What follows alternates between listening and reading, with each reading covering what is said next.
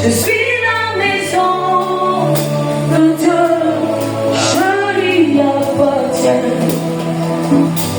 Je suis la maison de Dieu, je suis son temps, je suis sa démain, je suis la maison du Seigneur, la cité de Dieu. Je suis la maison du Seigneur, je suis son temps, je suis sa démain, je suis la maison du Seigneur, la cité de Dieu. Oui, le Saint-Esprit remplit le vase de terre que je suis. Oui, le Saint-Esprit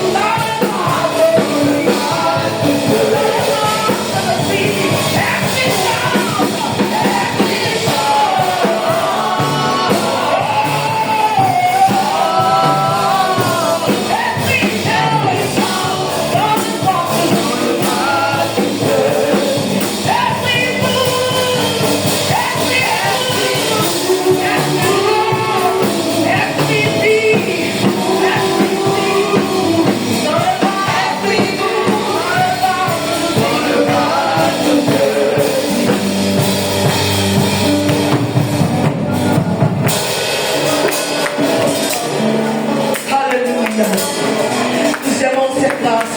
Nous aimons cette grâce. Nous aimons cette atmosphère. Nous aimons.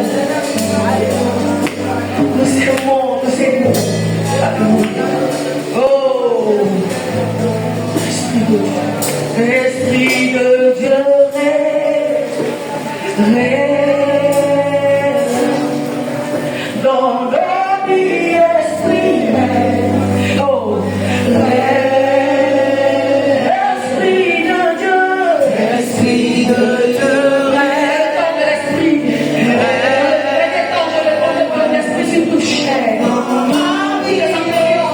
C'est le mouvement, c'est le temps.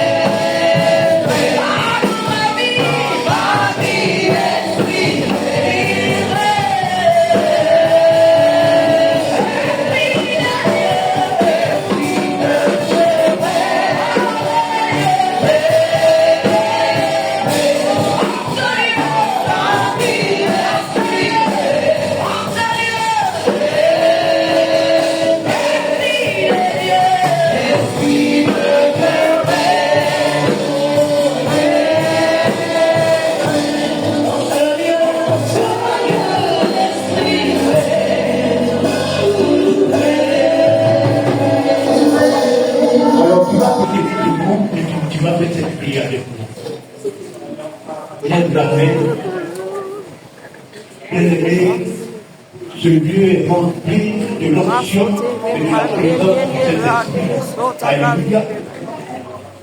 Répète avec moi.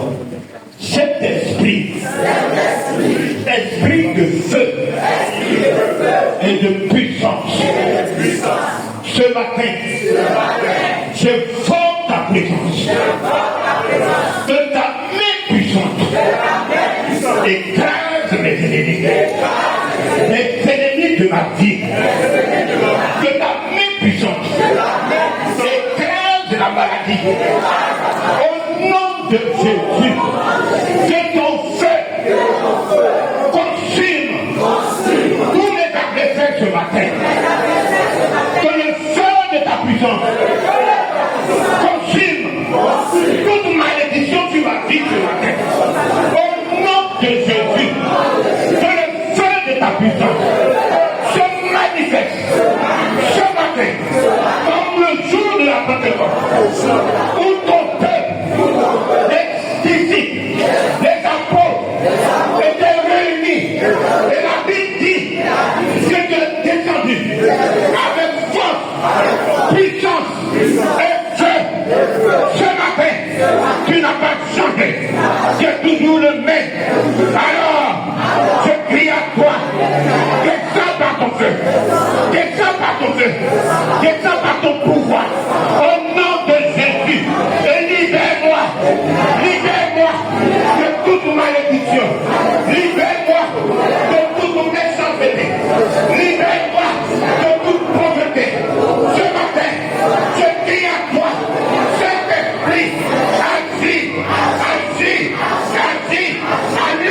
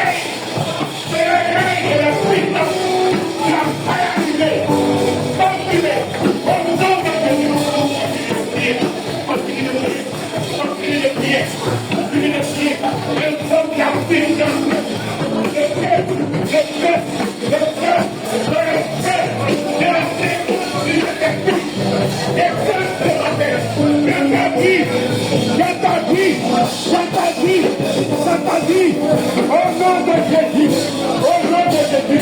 Au nom de Jésus.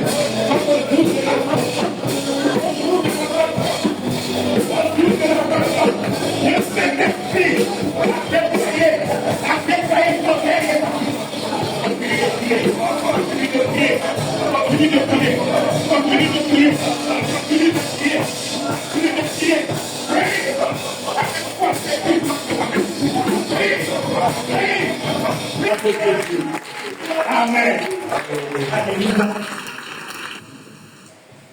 Dans Jean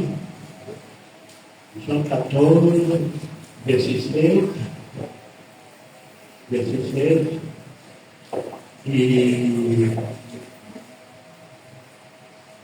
Acte 1, verset 8. On va faire la lecture. Jean chapitre 14, le verset 16. Je lis la parole du Seigneur avec respect.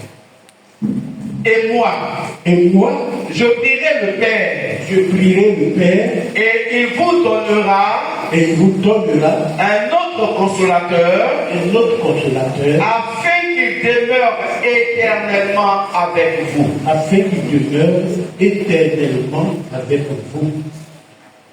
Acte chapitre 1, verset 8. Mais vous recevrez une puissance. Le Saint-Esprit survenant sur vous. Et vous serez mes témoins à Jérusalem. Dans toute la Judée. Dans la Samarie. Et jusqu'aux extrémités de la terre.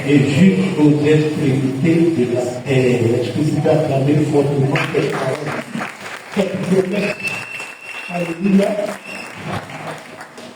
Alors le thème ce matin est la promesse de Jésus. Alléluia.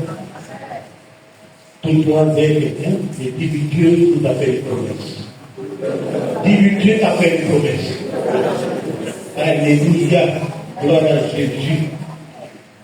Et je voudrais vraiment vous saluer dans le précieux nom du Seigneur Jésus. Alléluia.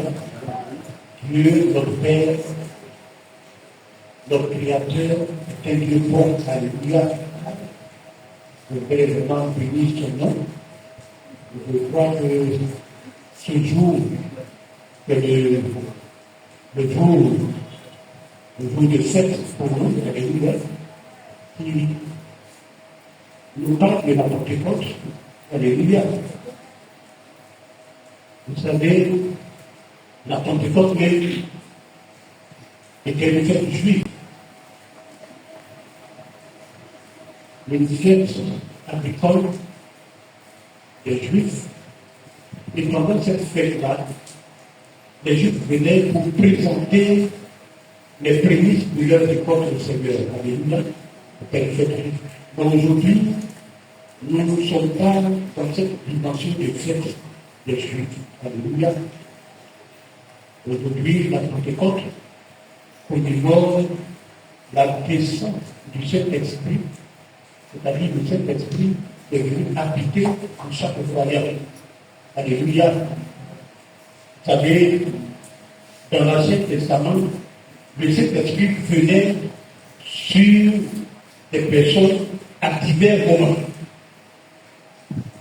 mais souvent des critères. Alléluia.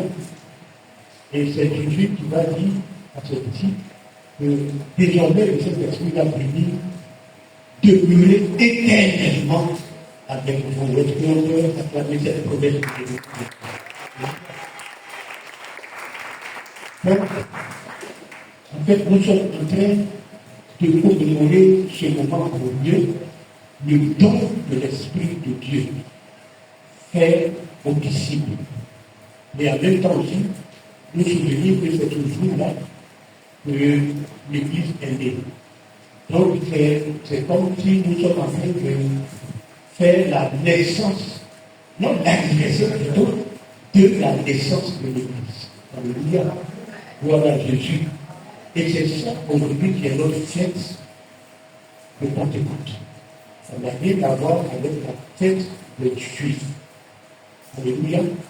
C'était une fête agricole le fait pendant laquelle ils venaient présenter les prémices de leur récolte à Dieu. Alléluia. Je prie ce matin que Dieu vous bénisse. Alléluia. Que le Saint-Esprit vous bénisse abondamment. Que vos vies soient bénies par le Saint-Esprit. Que vos vies soient gardées par le Saint-Esprit. Au nom de Jésus. Et que vos vies soient défendues par le Saint-Esprit. Au nom de Jésus. Amen. Alors, nous venons de lire la promesse de Jésus dans Jean 14, 16 et Acte 1, verset 8. Alléluia. Jésus, avant sa crucifixion, sa mort et sa résurrection, il dit à ses disciples qu'il irait au Père. Et les disciples étaient devenus tout tristes d'entendre vraiment cette parole. Parce qu'ils se demandaient comment ils allaient se débrouiller sans lui. Comment ils allaient se débrouiller. Il dit qu'il s'en va au Père. Ils étaient tout tristes, mais nous, on va se débrouiller comme sans toi. Bien aimé, Jésus était avec eux. Jésus était leur avocat. Jésus était leur intercesseur. Jésus était leur second. Jésus priait même pour eux. Alléluia. Jésus faisait, Dieu dit, il est ouvert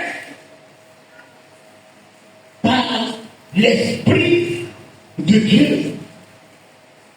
Donc, ils étaient tristes. Et Jésus leur dit, il est avantageux que je m'en aille. Mais Jésus ne l'a pas. Qu'est-ce qui est plus avantageux pour nous que toi, ta présence? Qu'est-ce qui est avantageux? Jésus dit il est avantageux, mais qu'est-ce qui est plus avantageux que ta présence? Et Jésus, alléluia, a vu leur tristesse. Gloire à Jésus. Bien aimé, quand tu es triste, quand tu es en inquiétude, Jésus te voit, alléluia, et il apporte une réponse. Gloire à Jésus. Je prie que tous ceux qui sont tristes ce matin, qui sont dans l'inquiétude, que le Saint-Esprit apporte une solution au nom de Jésus. Amen. Alléluia. Donc, Jésus va répondre à leur tristesse. Alléluia. Et Jésus va leur dire, je prierai le Père. Je vais prier le Père. Comme je vous vois triste, vous êtes dans l'inquiétude, je vais prier le Père et il vous donnera un autre consolateur qui va demeurer éternellement avec vous. Alléluia. Bien aimé, cela sous-entend que Jésus était le consolateur et il allait, n'est-ce pas, demander au Père de leur envoyer un autre consolateur comme lui. Un autre consolateur comme lui.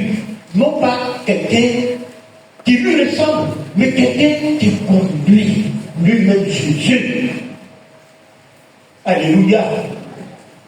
Vous savez, en grec, il y a deux mots pour dire un autre. L'un est hétéros et l'autre alos. Hétéros veut dire un autre type différent. Un autre type différent. C'est-à-dire une autre chose qui lui ressemble. Quelqu'un qui lui ressemble. Mais alos veut dire un autre du même type. C'est-à-dire une personne qui a le même esprit, c'est la même personne. Non pas un autre qui lui ressemble, c'est la même personne. Alléluia. Donc quand Jésus disait, il disait, je vous donnerai, je prierai le Père et le Père vous donnera un autre consolateur. Jésus est en train de leur dire qu'il va vous donner un autre alos parakletos. Alléluia. Il n'a pas dit qu'il va vous donner un autre hétéros parakletos.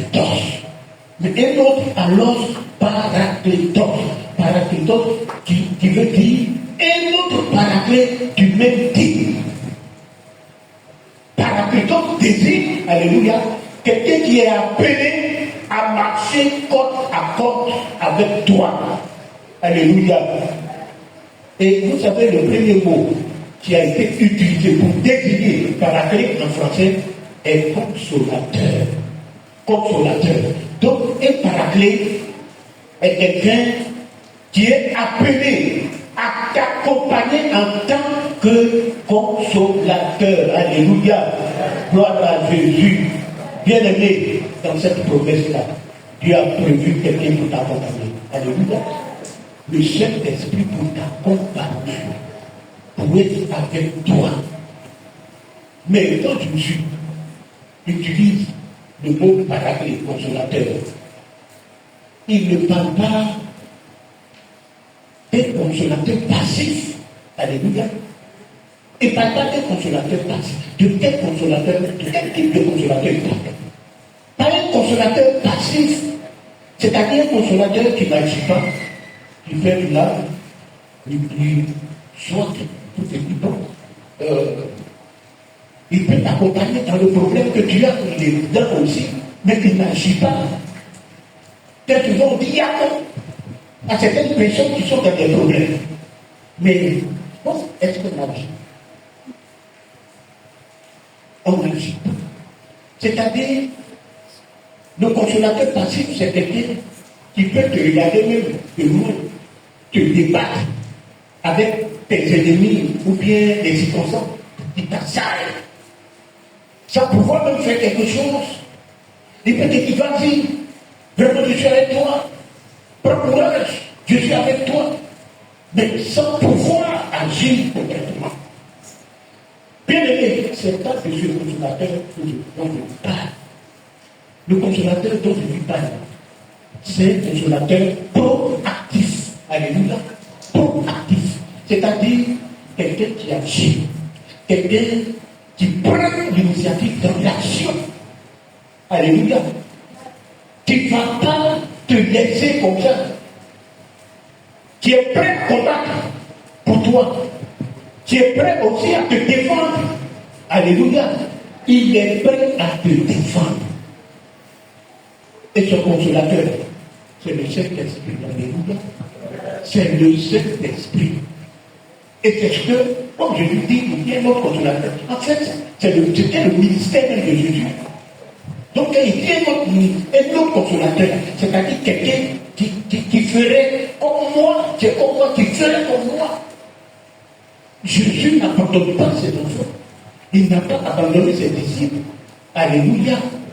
Il était même dans les situations. Il était avec ses disciples. Alléluia. Bien aimé, lorsque tu reçois le Saint-Esprit, lorsque tu reçois le Saint-Esprit, parce que quand je parle de la promesse de Jésus, bien aimé, cette promesse-là, quel est l'objectif? Il faut qu'on se pose la question, quel est l'objectif de la promesse? Et c'est ça qui est le plus important, que nous puissions comprendre un peu cette fête de Pentecôte. L'objectif de cette promesse, lorsque Jésus, ou lorsque tu reçois le Saint-Esprit devient ton papa. Alléluia. Il devient ton papa. Il devient ton père. La Bible nous dit dans Romains 8, verset 14, tous ceux qui sont conduits par l'Esprit de Dieu sont fils de Dieu. Et Romains 8, verset 9, il dit, si quelqu'un n'a pas d'esprit de Christ, le Saint-Esprit, il ne lui appartient pas. Bien aimé, nous sommes tous les enfants de Dieu, au baptême, alléluia. Mais Dieu lui-même là, qui connaît ses enfants, j'ai envie de dire qu'il fait un test de paternité. Alléluia. Un test de paternité. Il dit, c'est ceux qui ont l'esprit là. c'est eux qui sont, n'est-ce pas, ses enfants. Donc si tu n'as pas l'esprit de Dieu, c'est ce que ça veut dire, si tu n'as pas son esprit, tu ne peux pas être son enfant. Donc ceux qui sont son esprit, qui ont le Saint-Esprit, c'est eux qui sont ses enfants. Bien aimé, vous savez, l'esprit de Dieu là, c'est comme l'ADN de quelqu'un. Alléluia. L'ADN de quelqu'un. C'est l'ADN de Dieu. Donc c'est comme si Dieu nous disait, si tu n'as pas mon ADN là, tu n'es pas mon enfant. Dans notre vie sur terre, on voit des gens préparer leurs enfants pour aller faire un test de paternité, ADN, c'est tout ça pour savoir est-ce que vraiment c'est mon enfant. Et Dieu lui dit que ce qui fait que tu es son enfant, c'est que le Saint-Esprit en toi. Je vous avais raconté une histoire sur Facebook, une fois ici. C'est quelqu'un qui allait faire un test de paternité avec son fils. Et il est parti. Les personnes lui ont donné, n'est-ce pas, le résultat. Et quand il a vu le résultat, il a regardé le résultat. Il s'est fait accompagner par son fils, à qui il est parti avec son fils faire ce test-là. Il a regardé le résultat, et puis le coup se levé, il n'a plus. Son fils qui le suivait, il dit, mais papa, attends-moi. Il se retourne et regarde son fils, il dit, ne m'appelle pas papa, appelle-moi François. Parce que quoi? Parce que il a vu dans le résultat que l'enfant n'avait pas son ADN. Il n'avait pas son ADN. Gloire à Jésus. Donc Jésus dit que celui qui a l'esprit de Dieu, c'est lui qui est son fils. Alléluia. C'est lui qui est son fils. Et comment savoir qu'on a l'esprit de Dieu? C'est ce que Galates 5, verset 22 nous dit. Le caractère du Fils de Dieu, il est dans Galates 2, Galates 5, verset 22. Alléluia. Donc si chacun regarde celui dans Galates 5, verset 22, il saura s'il est fils de Dieu ou pas. Alléluia. Est-ce que tu peux me lire Galates 5, verset 22? Galates 5, 22. Pour savoir, parce que c'est important. La Bible nous parle du fruit de l'esprit. En haut, on nous parle de la chair. Galates chapitre 22, verset 5. Non, chapitre 5, verset 22. Dans le fruit de l'esprit, Oui. c'est l'amour, C'est l'amour, la joie, la paix, la patience, la bonté, la bénignité, la fidélité, la douceur, la tempérance. Amen. La tempérance, c'est-à-dire la maîtrise de soi. Alléluia. Bonté, amour, tout ça. Alléluia. C'est le fruit de l'esprit. C'est ça qui caractérise un enfant de Dieu. Est-ce que tu as l'amour dans ton cœur? Est-ce que tu as la tempérance? Tu as la fidélité? Tout ça, chacun doit regarder ce verset. C'est-à-dire Galates 5, verset 22. Pour savoir s'il a l'esprit de Dieu. Alléluia. Gloire à Jésus. Alléluia. Mais nous croyons que Dieu qui a envoyé son esprit là, parce que ça fait partie de cette promesse. C'est-à-dire que le Saint-Esprit nous transforme afin que nous devenions semblables à Jésus de Nazareth. Alléluia. Et je crois qu'il est en train de faire ce travail de la biologie. Alléluia. Pour que tu deviennes comme Jésus de Nazareth, pour que tu sois enfant de Dieu. Alléluia. Et je crois qu'il le fait et qu'il a fait pour toi dans le nom puissant de Jésus. Alléluia. Gloire à Jésus. Bien-aimé, le Saint-Esprit, lorsque tu reçois le Saint-Esprit, il devient ton conseiller. Alléluia. C'est lui qui te conseille pour que tu puisses prendre des décisions Alléluia. Pour que tu puisses prendre des décisions. Vous savez, dans ce monde où nous sommes, nous avons besoin de prendre de bonnes décisions par rapport à notre avenir. Alléluia. Et c'est le Saint-Esprit qui nous conseille. La Bible nous dit que un jour, Pierre était en train de prier et le Saint-Esprit lui a donné un conseil. Il lui a dit, tu vas envoyer des gens vers toi, 3 personnes. Tu iras avec eux, va avec eux. Et effectivement, ces 3 personnes sont venues et il est parti. Dieu peut te conseiller pour que tu puisses prendre de bonnes décisions. Il peut aussi te conseiller. Il peut te dire, le Saint-Esprit peut te demander pour lui, fais ceci. Ou bien, ne fais pas ceci. Alléluia. Il te donne des conseils. Voilà Jésus. Il est notre conseiller. Il est notre intercesseur. Lorsque tu veux voir le Saint-Esprit. Alléluia. Notre intercesseur. Il prie pour toi. Alléluia. Vous savez, un jour, Jésus était avec ses disciples et Satan les avait réclamés pour les tuer. Qui a prié pour eux? C'est Jésus qui les a prié. Alléluia.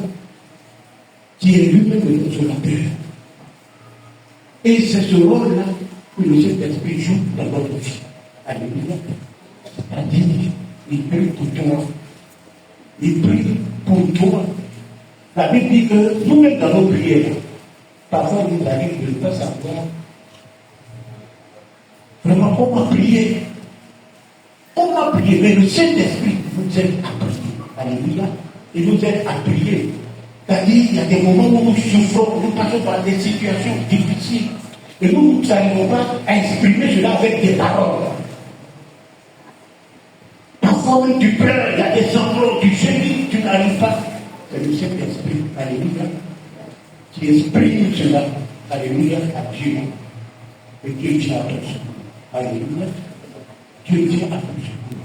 Lorsque tu reçois le Saint-Esprit, bien aimé, Dieu aussi devient ton secours. Oui. Alléluia. Lorsque tu reçois le Saint-Esprit, il devient ton secours. La Bible nous dit qu'il est un refuge, il est un appui. Un secours qui ne manque jamais dans la détresse. Alléluia. Alors je prie que le Saint-Esprit te secoue dans toute détresse au nom de Jésus. Dans toute situation difficile que tu traverses au nom de Jésus. Lorsque tu reçois le Saint-Esprit, il devient ton avocat. Alléluia. Avec les petits enfants, ne péchez point. Mais si vous péchez, vous avez l'Église comme avocat. Alléluia. Avocat auprès du Père, le juste. Mais le rôle de Satan, c'est quoi? C'est, la Bible nous dit, je crois dans l'Apocalypse 12, verset 10, la Bible nous dit que c'est lui l'accusateur. Donc l'accusateur. C'est lui qui est très, il est là souvent te rappeler des fautes, des péchés. Tu as commis adultère, impudicité, et t'accuse. Mais le Seigneur nous dit que nous avons la paix. Le Saint-Esprit, alléluia. Le Saint-Esprit, c'est lui qui vient nous défendre. Alléluia. Et rétablir notre relation avec Dieu. Je prie que toute relation brisée par notre accusateur, Satan, ce matin, soit rétablie par le Saint-Esprit au nom de Jésus. Et que des hommes et des femmes soient libérés de la culpabilité du péché ce matin au nom de Jésus. Alléluia. Gloire à Jésus. Bien-aimé, le Saint-Esprit vraiment fait beaucoup de choses. Il a été promis, il a été donné. Alléluia. Pour que nous puissions vivre une vie chrétienne victorieuse et puissante. Il nous aide. C'est pourquoi personne ne devrait dire que les personnes pour m'aider. Alléluia. En principe, les chrétiens, il n'y a pas dit que les personnes pour m'aider. Parce que le Saint-Esprit, Il a été envoyé pour nous aider. Alléluia. Alors, personne ne peut dire, vraiment, je n'ai personne pour nous aider, pour m'aider. Je veux te dire que les situations par lesquelles tu es passé difficiles et puis tu as trouvé une solution, c'est le Saint-Esprit qui a fait ça. Il a placé des personnes autour de toi, là où tu ne pouvais pas, où tu te sentais coincé, et puis quelqu'un est venu pour trouver une solution à ton problème. C'est le Saint-Esprit qui a fait ça. Alléluia. Alléluia. Est-ce que tu peux acclamer le Saint-Esprit? Et il ne fait pas toujours là. Alléluia. La présence du Saint-Esprit est quelque chose que tu ne dois pas douter du tout. Alléluia. Le Saint-Esprit est là. Gloire à Jésus. Alléluia. Bien aimé, le Seigneur dit, avant de partir, dans sa promesse, il dit, vous recevrez une puissance. Le Saint-Esprit survenant sur vous. Je crois que c'est le thème de notre séminaire. Mais en même temps, il nous donne l'objectif de cette promesse. Il dit, vous serez mes témoins. Gloire à Jésus. Vous serez mes témoins. Donc, le but même de la Pentecôte, c'est le témoignage. Alléluia. C'est le témoignage. La mission. C'est ça qui est le but de cette promesse-là. Vous serez mes témoins. Un témoin, c'est qui? Un témoin, c'est quelqu'un qui raconte ce qu'il a vu et entendu. Alléluia. Vous savez, le premier signe de la Pentecôte, c'était quoi? Ce n'était pas l'émotion. Alléluia. Il y a eu des âmes qui ont été gagnées au Seigneur. C'est le signe de la Pentecôte. Donc la mission. Aujourd'hui, nous avons réduit la Pentecôte à une émotion du dimanche. C'est vrai. Quand on dit le Saint-Esprit est là, on va prier. Dans le temps, mais c'était un peu plus difficile. Aujourd'hui, les gens ont avancé en maturité. Le Seigneur, il est là. Bien aimé. La présence du Saint-Esprit, ce n'est pas l'émotion. Alléluia. Alléluia. C'est la mission. Nous voulons recevoir l'onction du mariage. Nous voulons recevoir l'onction de la prospérité. Nous cherchons pas aussi l'onction de la mission. L'onction de la mission. La Bible dit, ce jour-là, ils étaient remplis du Saint-Esprit. Remplis du Saint-Esprit, n'est-ce pas? Pour remplir ce monde-là de l'évangile. Alléluia. De l'évangile. C'est pas du tout, vous serez mes témoins. Ils étaient remplis de feu pour mettre du feu dans ce monde-là. Bien aimé, c'est l'objectif de cette promesse. L'objectif principal de cette promesse. Proclamer l'église de la foi. Alléluia. Proclamer, annoncer. La Bible dit que quand Jésus est arrivé, un jour, il allait dans la maison de Zachée. Et puis les Juifs lui ont dit, aujourd'hui, là, il rentre dans la maison des pécheurs. Et c'est là que Jésus va lui donner la raison de sa venue. Il dit, le Fils de l'homme est venu pour chercher et sauver ce qui était perdu. Alléluia. Et dans Romains 8, verset 1, on dit qu'il allait de ville en ville, de village en village, prêchant, annonçant la nouvelle du royaume. Alléluia. C'est ça la Pentecôte. La mission. Et tu veux voir des personnes engagées dans cette mission. Dans cette mission. Pour proclamer l'évangile, pour gagner des âmes, pour que des âmes soient sauvées. Bien aimés, aujourd'hui, on voit plus des spectateurs de la foi dans notre église qui se contentent d'assister au culte seulement. Mais quand on fait la mission, on n'en voit pas. Alléluia. La Pentecôte, Ce n'est pas une simple fête comme ça. Alléluia. C'est un anniversaire qui nous appelle à la responsabilité. C'est une fête qui nous appelle à la responsabilité. Alléluia. Nous devons garder ça. Alléluia. Annoncer la parole de Dieu. Et ce qui est bien dans notre communauté ici, je crois que c'est ça, on appelle ça notre principale mission. Alléluia. Notre principale mission. Ça veut dire que maintenant, nous sommes dans la Pentecôte, dans l'esprit de la Pentecôte. Quand je prie que notre communauté soit toujours dans l'esprit de la Pentecôte au nom de Jésus. Alléluia. C'est ça, la Pentecôte. La vraie Pentecôte ne se vit pas dans une salle ou bien dans un temple. Non. La vraie Pentecôte se vit dans le monde, dans les quartiers, là où nous travaillons, là où les âmes ont encore besoin de la lumière de Dieu. Bien aimé, c'est là la vraie Pentecôte. Gloire à Dieu.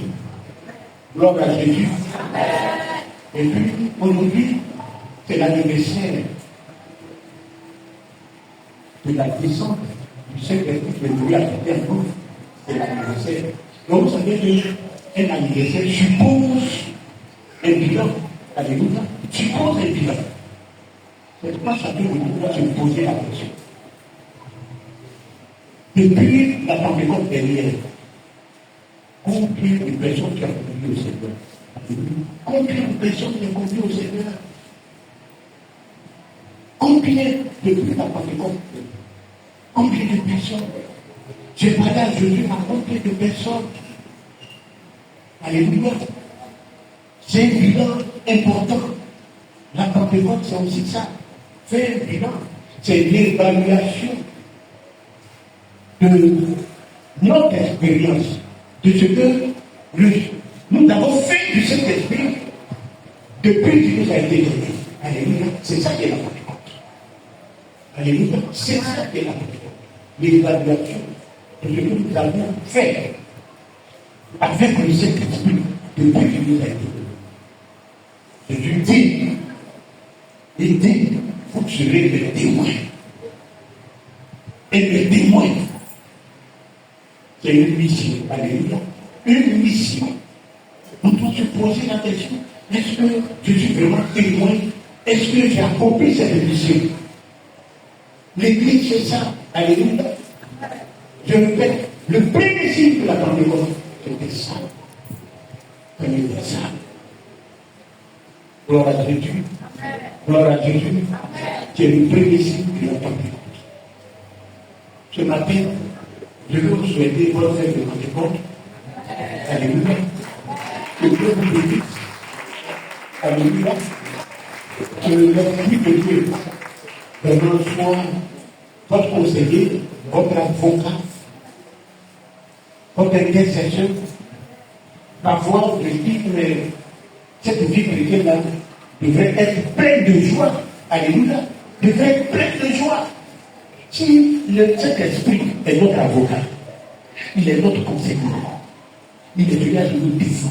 Mais notre vie devrait être pleine de joie. Alléluia. Notre vie devrait être pleine de joie.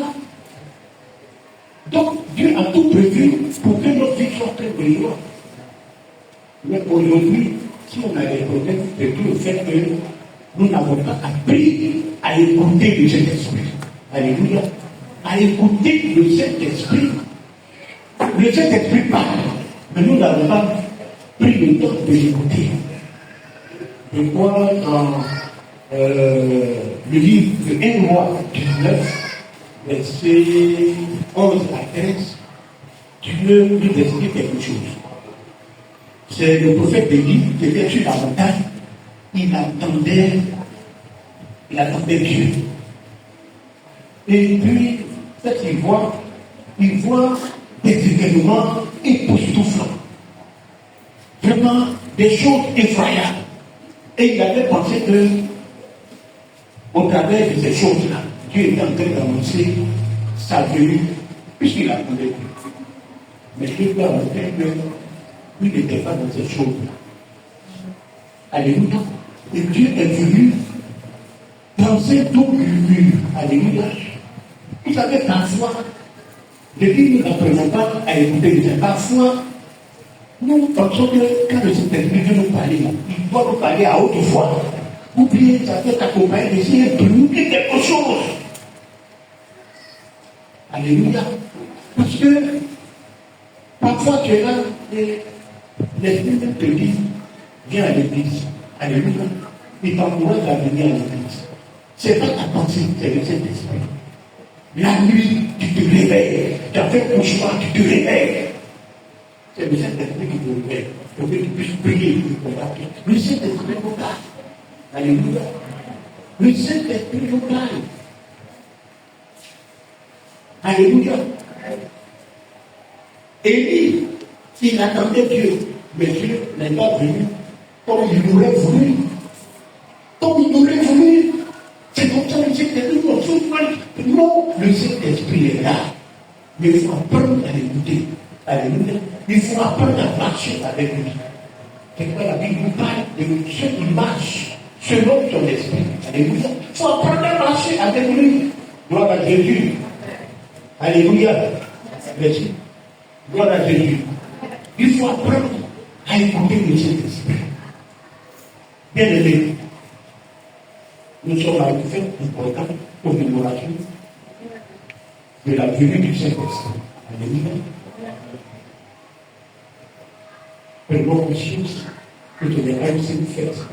Alléluia. Ce n'est pas seulement une seule fête. Non, voir seulement sur les Juifs. Ça met appel à une responsabilité. Cette promesse de Dieu a un objectif. Alléluia. Et l'objectif, c'est de faire de nous ses disciples. C'est de faire de nous, n'est-ce pas, ses témoins. C'est pourquoi il dit, dans Matthieu 28, il dit aller faire de toutes les nations des disciples. Enseigneurs, baptisés. Aujourd'hui, nos églises, ils sont remplis de baptisés, mais pas de disciples, pas de témoins. Donc il faut que les choses changent, alléluia, que nous puissions devenir des témoins. Et que cette mission, la mission de la Pentecôte, que nous puissions, avec l'Esprit de Dieu, l'accomplir. Alléluia. Que Dieu vous bénisse, qu'il vous remplisse de son esprit, et que la gloire à notre communauté au nom de Jésus. Amen.